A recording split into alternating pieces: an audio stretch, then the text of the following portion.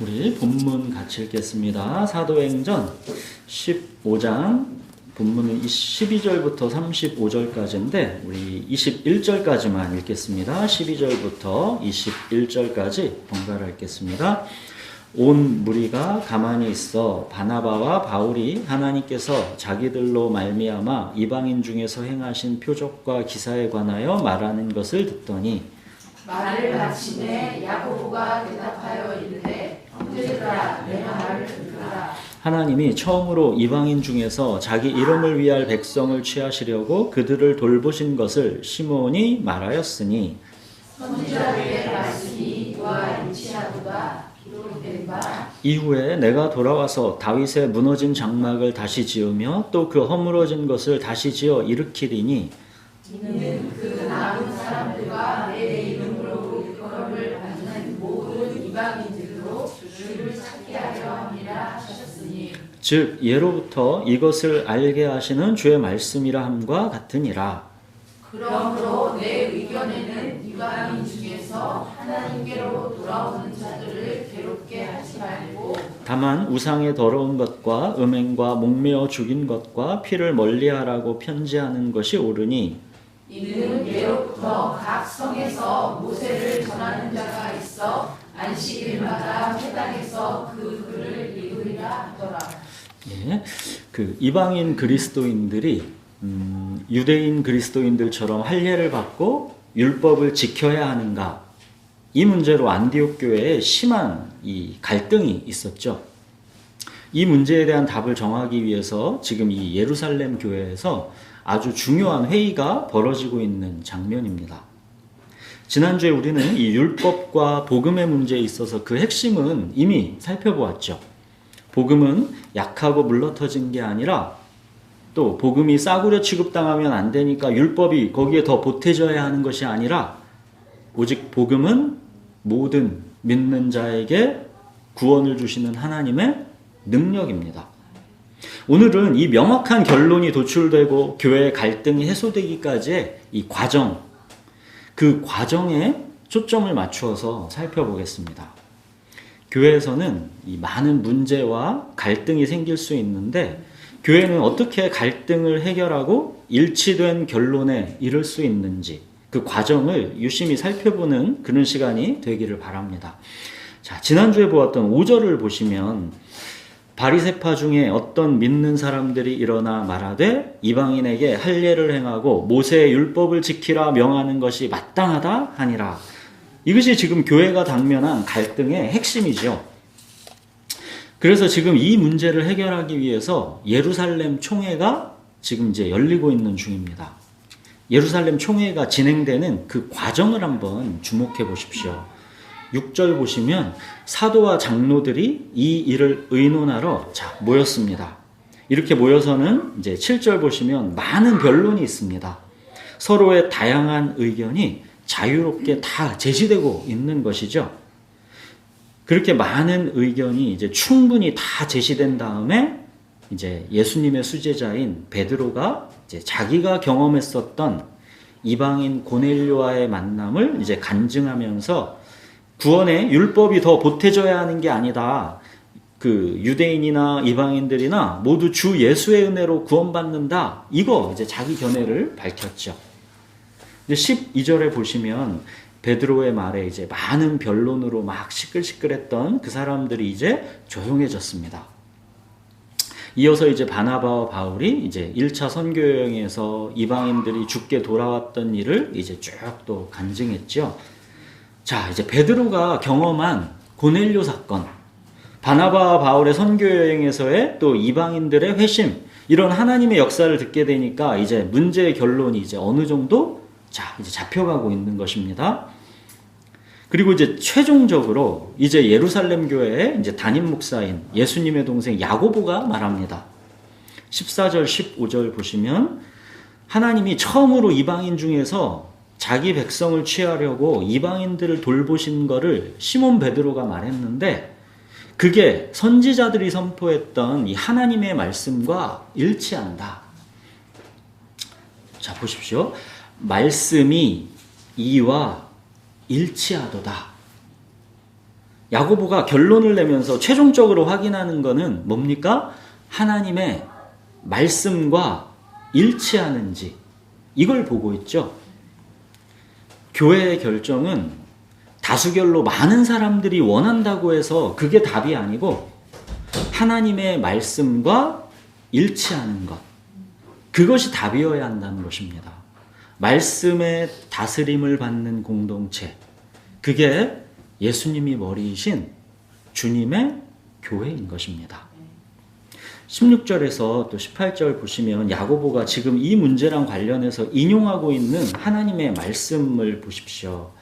16절에서 18절 보시면 이후에 내가 돌아와서 다윗의 무너진 장막을 다시 지으며 또 그 허물어진 것을 다시 지어 일으키리니 이는 그 남은 사람들과 내 이름으로 일컬음 받는 모든 이방인들로 주를 찾게 하려 함이라 하셨으니 즉 예로부터 이것을 알게 하시는 주의 말씀이라 함과 같으니라.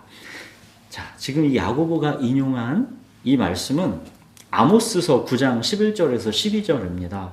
그 아모스 선지자는 뭘 예언했냐면 이 당시로부터 한 750년 전쯤이죠. 이 아모스 선지자가 이제 이스라엘의 멸망을 예언하면서 그럼에도 불구하고 이스라엘이 언젠가 다시 회복될 것이다 하면서 이 말씀 선포하고 있는 겁니다. 하나님께서 다윗의 자손 이스라엘을 멸망시키실 것이지만 그 허물어진 나라를 다시 일으켜 세우시겠다라는 약속입니다.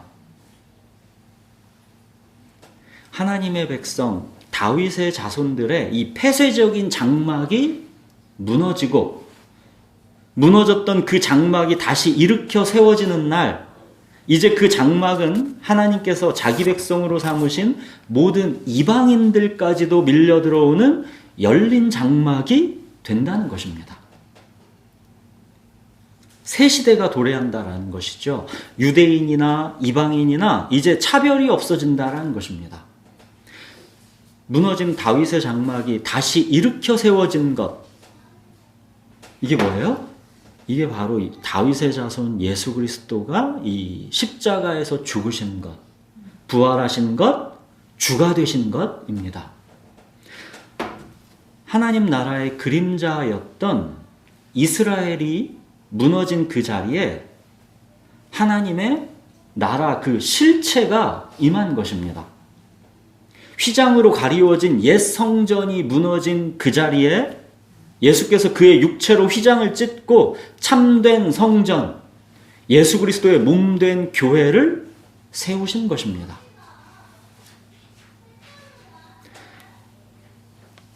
자, 여러분, 이방인들을 향한 하나님의 계획은 지금 이 아모스 선지자 때가 처음인가요? 그게 아니죠. 하나님께서 아브라함을 부르셨을 때 그 목적이 궁극적으로 뭐였습니까? 땅의 모든 족속이라고 했죠. 모든 족속이 너로 말미암아 복을 받을 것이다. 하나님은 이미 아브라함을 부르셔서 이스라엘이라는 하나님의 백성을 세우셨지만 그 궁극적 목적은 이스라엘 고 민족에게 한정돼 있던 게 아니죠. 땅의 모든 족속, 즉 이방인들에게까지 이미 하나님은 복을 계획하고 계셨던 것이죠. 땅의 모든 족속이 너로 말미암아 복을 얻을 것이라. 정말로 아브라함의 후손 이 예수 그리스도로 말미암아서 땅의 모든 족속이 복을 얻고 있는 것이죠. 하나님의 말씀대로 정말로 이루어진 것입니다. 자, 이렇게 예루살렘 교회에 이제 담임 목사라 할 수 있는 야고보는 하나님의 말씀과 일치하는 것을 이렇게 말씀으로 확인하고 이제 최종 결론을 내린 것입니다. 보시면 교회는 하나님의 이 말씀 앞에서 자기 각자의 생각을 다 내려놓는 것이죠. 일치된 마음으로 순종해서 그 말씀대로 이제 결정하는 것입니다. 자, 이제 야고보가 예루살렘 총회의 최종 결론을 선포합니다. 19절 보십시오. 이방인 중에서 하나님께로 돌아오는 자들을 괴롭게 하지 마라. 오직 주 예수의 은혜를 힘입어 구원받는 것이지 여기에 할례와 율법을 추가시키지 말아야 한다는 것입니다. 자, 그러나 결론이 여기서 끝나지 않고 한 가지를 더 얘기합니다. 20절 보시면 다만 우상의 더러운 것과 음행과 목매어 죽인 것과 피를 멀리하라고 편지하는 게 옳다. 그러니까 오직 주 예수의 은혜를 힘입어 구원받는 것은 절대 진리로서 너무도 명확하지만 이방인들에게 할례와 율법을 의무로 지우지 않는 거, 이게 타당하지만 다만 이 네 가지는 이방인들이 거꾸로 유대인들을 배려해 주면 좋겠다는 것입니다. 이 네 가지 사항이 최소한 지키는 게 구원의 조건이다라고 말하고 있는 게 아니라 이 네 가지 사항쯤은 이방인들인 너희들이 유대인 그리스도인들과 하나됨을 위해서 이건 너희들이 배려해 주는 게 좋겠다, 그런 겁니다. 교회 안에는 유대인들과 이방인들이 이제 섞여 있게 되는데 최소한 유대인들이 질색하는 것들은 피해 주는 게 덕스럽겠다라는 것이죠. 이것은 교회 안에서 성도의 교제가 원만하게 될 수 있기 위한 이제 최소한의 서로를 위한 배려라는 것입니다. 어떤 신학자가 기독교 교리에서 신학자들끼리 첨예하게 갈등하고 마치 막 자기들끼리 죽일 듯이 미워하고 싸우니까 이런 말을 했다고 전에 수요 예배 때 한번 말씀드렸었죠. 본질적인 것들에 대해서는 통일을, 비본질적인 것들에 대해서는 자유를, 모든 것들에 대해서는 사랑을. 예루살렘 총회에서 지금 이 중요한 사안에 대해서 최종 결론을 도출하는 과정이 이런 지혜를 잘 보여주고 있죠. 구원은 오직 주 예수의 은혜를 힘입는 것이지 여기에 그 어떤 율법의 의무가 조건으로 보태어질 수 없다는 것, 이거는 교회가 붙들어야 할 본질입니다. 이 본질에 있어서는 다툼의 여지가 없습니다. 오직 예수, 이 본질에 있어서는 교회는 무조건 통일입니다. 그러나 할례와 율법, 이런 전통과 관습에 해당하는 것은 비본질의 영역입니다. 이거는 비본질의 영역이기 때문에 이 전통과 관습을 이방인들에게 강요해서는 안 된다는 겁니다. 이방인들은 유대인들의 전통과 관습인 할례와 율법을 굳이 따를 필요가 없다는 것입니다. 비본질의 영역에서는 통일이 아니라 자유라는 것입니다. 자, 그러나 본질이든 비본질이든 모든 거에 있어서는 사랑이어야 한다는 겁니다. 그래서 교회가 하나 돼서 서로 교제하기 위해서 유대인들이 이만큼 양보했으니까 너희 이방인들도 요만큼 최소한은 양보해서 다만 이 네 가지 정도는 노력해 주라는 것이죠. 이것이 서로를 존중하고 배려하는 사랑이라는 것입니다. 자, 이제 예루살렘 총회에서 이 결정된 사항을 편지로 써서 안디옥 교회를 비롯한 이방인 형제들에게 이제 보냅니다. 23절 한번 보십시오. 사도와 장로된 형제들은 안디옥과 수리아와 길리가에 있는 이방인 형제들에게 문안하노라.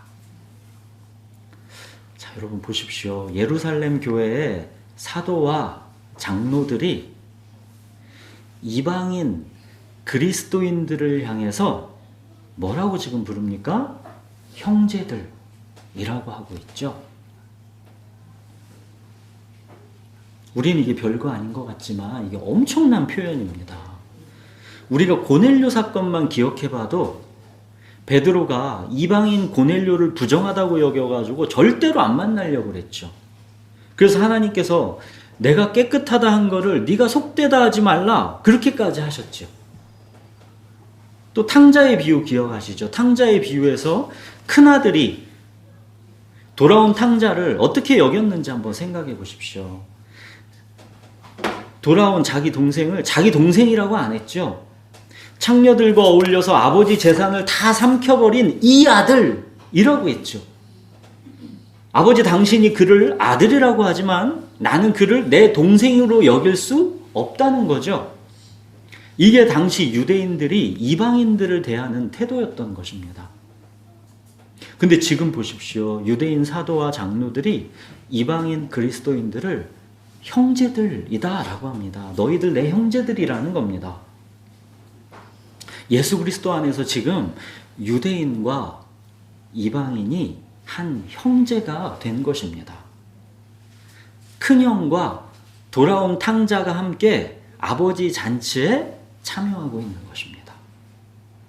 이거는 아브라함 이후에 이스라엘 역사 2000년간에 결코 있을 수 없던 일이 지금 일어나고 있는 겁니다. 에베소서에서 그러죠. 이제는 전에 있던 너희가 그리스도 예수 안에서 그리스도의 피로 가까워졌느니라. 그는 우리의 화평이신지라 둘로 하나를 만드사 원수된 것 곧 중간에 막힌 담을 자기 육체로 허시고 법조문으로 된 계명의 율법을 폐하셨으니 이는 둘로 자기 안에서 한 세 사람을 지어 화평하게 하시고. 예수 안에서 지음받은 한 세 사람, 이게 바로 예수님이 머리이신 그의 몸된 교회입니다. 우리는 지금 교회 안에서 유대인과 이방인의 이 막힌 담이 허물어지고 그 둘이 예수 안에서 하나가 되었다라는 것, 우리는 이게 얼마나 충격적인지가 감이 잘 안 잡히죠. 불과 몇십 년 전에 이 미국 여기에서 흑인과 백인이 한 식당에서 밥 먹을 수 없던 거 기억하시죠? 교회에서조차도 흑인과 백인은 함께 예배드리지 못했습니다. 근데 유대인과 이방인의 이 막힌 담은 흑인과 백인의 막힌 담보다 훨씬 더한 것이었습니다. 또 멀리 갈 것도 없이 오늘날 우리 대한민국의 현실을 보십시오. 강남 부자들의 아파트와 그 옆에 가난한 사람들의 임대 아파트, 그 아이들이 지역이 같아서 한 초등학교를 다니는데 서로 섞이지 않고 따로 논다고 하지요. 심지어는 부자 동네 사람들이 임대 아파트 쪽에 높은 울타리를 쳐서 서로 경계를 구분한다고 하지요. 보십시오. 고작 부자와 가난한 자, 요 작은 벽 하나도 허물어지지가 어려운 게 이 세상의 현실입니다. 또 정치적으로 민주당 적극 지지층과 국민의힘 적극 지지층은 서로 사람 취급을 안 합니다.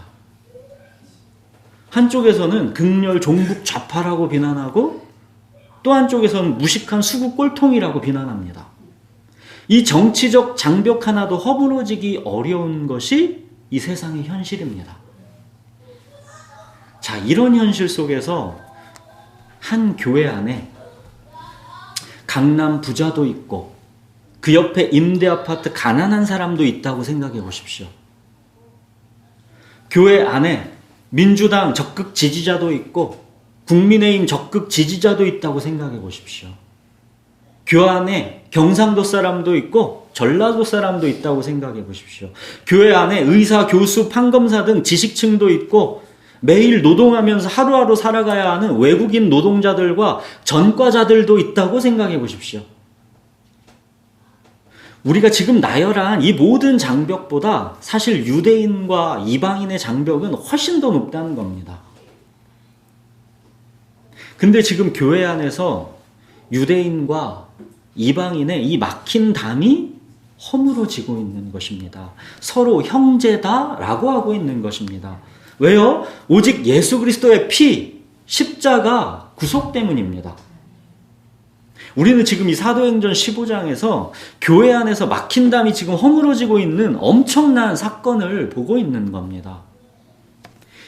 유대인과 이방인의 막힌 담이 허물어졌을 정도인데, 그렇다면 오늘날 교회 안에는 어떤 장벽도 정당화될 수가 없다는 겁니다.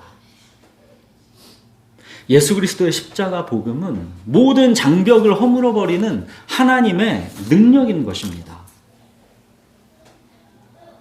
자, 이렇게 이제 편지가 딱 결론이 지어서 안디옥 교회 또 이방인 형제들에게 전달됐고,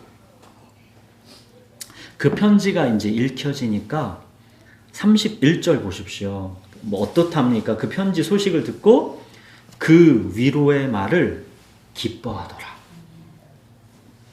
이방인 그리스도인들이 지금 자기들을 위해서 유대인 그리스도인들이 그렇게 끔찍히도 그들이 소중하게 여겼던 율법의 전통을 양보해 줬다라는 거, 이거 알기 때문에 거기에서 감사와 위로를 받고 있는 겁니다. 특히 유대인들이 생명같이 여기는 할례를 양보했다라는 것은 정말 어마어마한 결단이죠. 유대인들이야 태어난 지 8일 만에 할례를 받는 거니까 잘 모르죠. 근데 생각해 보십시오. 지금 성인이 돼서 그리스도인이 된 이 이방인들이 뒤늦게 그 고대 시대에 할례를 받는다고 생각해 보십시오. 이거는 이방인들에게는 정말 끔찍한 일이죠. 유대인들이 자기들을 배려해서 그런데 자기들이 그렇게 목숨처럼 여기는 이 할례의 의무를 양보해 준 겁니다.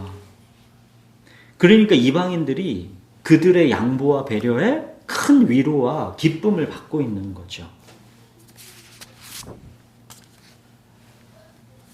자, 이렇듯이 안디옥 교회에서 이제 유대인과 이방인 간의 이 적지 아니한 다툼과 변론, 이 갈등으로 막 심각했던 게 결론이 이렇게 되고 있는 거죠. 예루살렘 총회의 만장일치의 결정과 그 결정을 또 실행하는 또 따뜻한 그 과정을 통해서 마지막에는 이런 아름다운 교회의 모습으로 마무리되고 있는 겁니다. 여러분 보십시오. 이게 교회입니다. 교회에는 문제가 없을 수가 없습니다. 심각한 다툼과 변론이 일어날 수 있는 겁니다. 그러나 그 갈등을 해소하는 과정, 그 과정이 주님이 머리이신 교회의 모습다워야 한다는 것이죠.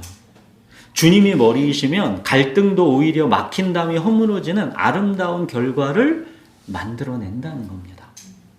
여러분, 이게 주님이 머리이신 교회입니다. 여러분, 교회는 각자 소견에 오른 대로 무책임한 다수결로 행한다면 교회는 그러면 무너지는 겁니다. 교회는 사람이 좋은 대로 그렇게 다수결로 결정하는 것이 아니라 하나님이 기뻐하시는 대로 결정하는 것입니다. 그리고 하나님이 기뻐하신 뜻을 찾기 위해서 그 과정은 독단적이면 안 되고 서로 많은 변론들이 허용될 수 있는 곳이어야 하는 것이고, 그 과정에서 이제 말씀과의 일치를 찾아내는 성령을 의지함이 필요한 것이죠. 여러분, 교회에서는 막힌 담이 없어야 합니다. 담이 쳐지는 것 같으면 바로바로 그 담장을 높아지기 전에 허물어야 합니다. 그러기 위해서는 이 원칙, 본질에서는 통일, 비본질에서는 자유, 모든 거에 있어서는 사랑, 이 원칙에 교회가 충실해야 합니다. 교회뿐만 아니라 우리 가정과 직장에서도, 모든 인간관계에서도 이게 마찬가지인 거죠. 여러분, 우리가 비본질적인 거를 내가 절대시하면 하나됨이 깨집니다. 비본질을 본질로 삼으려는 것, 다툼이 여기에서 나는 거죠. 내가 옳다는 확신, 내가 더 한 수 위라는 확신, 이런 마음이 있으면 우리가 쉽게, 우리는 비본질적인 거를 본질로 절대시하려는 경향을 우리가 갖게 되는 겁니다. 여러분, 자기에게 어느덧 익숙하고 당연한 어떤 비본질적인 생각이나 습관이나 행동, 이런 거를 우리가 본질로 강요하면 그게 이제 꼰대 소리를 듣는 겁니다. 꼰대로 딱지가 붙으면 그 다음부터는 본질을 얘기해도 사람은 귀를 닫습니다. 사랑하는 여러분, 우리가 본질이라고 주장하고 확신하면서 상대방을 고치려고 하는 것들 중에 사실은 본질이 아닌 경우가 엄청 많습니다. 내가 뭔가 강력하게 주장하기 전에 먼저 내가 지금 본질을 말하고 있는 것인지 아니면 비본질을 나랑 똑같이 통일시키려고 주장하고 있는 건 아닌지 우리가 그거 분별해야 합니다. 이 본질과 비본질의 분별이 근데 정말 쉽지가 않습니다. 베드로도 이방인 고넬료와 절대 상종하면 안 된다고 생각했지요. 이건 목에 칼이 들어와도 지켜야 하는 본질이라고 베드로는 생각했습니다. 근데 그거 편견이었죠. 하나님께서 그 편견 깨시기 위해 내가 깨끗하게 하는 거 네가 속되다 하지 말라 그러셨죠. 또 유대인들이 거의 2000년 가까이 이어온 할례와 율법, 그들은 이거 절대 본질이었습니다. 그러나 예수 그리스도의 피로 이 또한 이제는 비본질이 된 겁니다. 사랑하는 여러분, 주 예수의 은혜, 이게 본질입니다. 은혜 받은 자답게 먹든 마시든 뭘 하든 하나님의 영광을 위해 하는 것, 이게 본질입니다. 모든 것이 내게 다 자유롭지만 나의 유익이 아니라 다른 사람의 유익을 돌아보는 것, 이게 본질입니다. 여러분, 갈등과 다툼이 우리에게 있을 때 내가 지금 본질을 지키기 위해서 싸우고 있는 것인지 아니면 비본질적인 것을 주장하느라고 핏대를 올리고 있는 건 아닌지, 이걸 우리가 돌아봐야 합니다.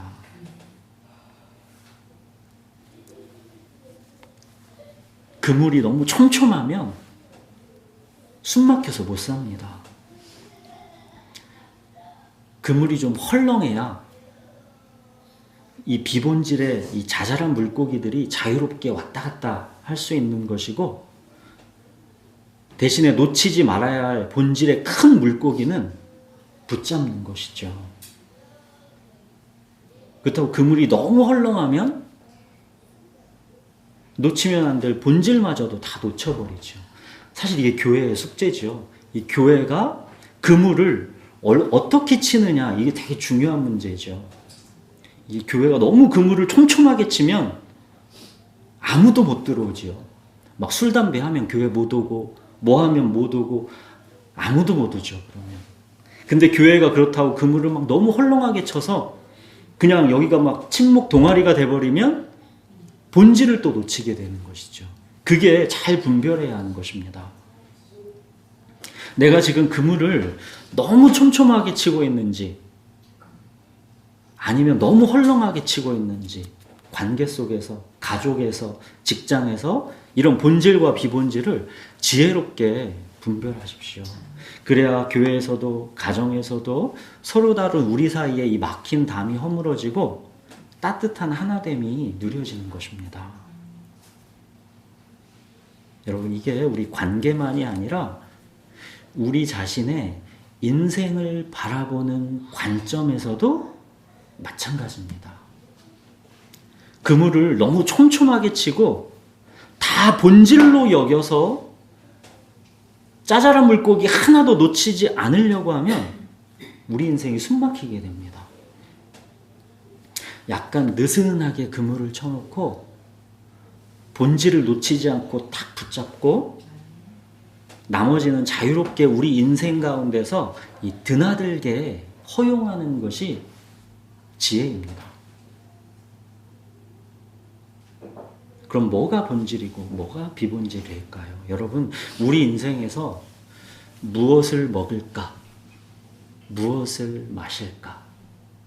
이런 거는 비본질입니다. 50평 아파트에 사는가? 원룸에 사는가? 이런 거는 비본질입니다. 우리 아이가 공부를 잘하는가? 우리 부모님이 건강하신가?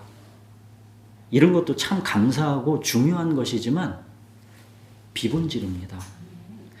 아이가 공부 잘하는 거 엄청 본질 같았는데 아이가 아파 보십시오. 그때는 뭐 공부 못해도 전혀 괜찮지요. 건강하기만 하면 너무 감사하죠. 이런 비본질을 우리가 본질로 여겨서 우리 인생의 그물을 너무 촘촘하게 치면 우리 삶은 자유함이 없고 불평과 원망, 염려와 두려움으로 숨막히게 됩니다.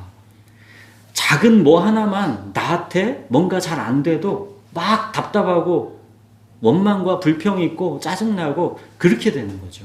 그물을 너무 촘촘하게 쳐서 그럽니다. 모두 다 본질로 여겨서 나 이거 다 가져야 한다고 생각하기 때문이죠. 바울이 그러죠. 빌립보서에서 나는 비천에 처할 줄도 알고 풍부에 처할 줄도 알아. 모든 일, 곧 배부름과 배고픔과 풍부와 궁핍에도 처할 줄 아는 일체의 비결을 배웠노라. 내게 능력 주시는 자 안에서 내가 모든 것을 할 수 있느니라. 여러분, 내게 능력 주시는 자 안에서, 이게 본질입니다. 주는 나의 목자시니, 이게 본질입니다. 우리 아이가, 우리 부모님이 예수 그리스도 안에 있는 것, 그들이 목자이신 주님과의 관계, 이게 본질입니다. 근데 이 본질을 두고 우리가 다른 이 비본질적인 거에 우리 마음이 뺏겨 있다 보면 어느새 본질을 놓치게 된다는 것이죠. 여러분, 지금 우리가 드리고 있는 이 예배는 다른 거 아니죠. 우리가 이 본질 앞에 서는 시간입니다. 우리의 분주한 삶에서 놓치고 있던 본질을 이 시간은 다시 회복하는 시간입니다. 예배야말로 우리 삶에서 절대 놓쳐서는 안 되는 가장 중요한 본질입니다.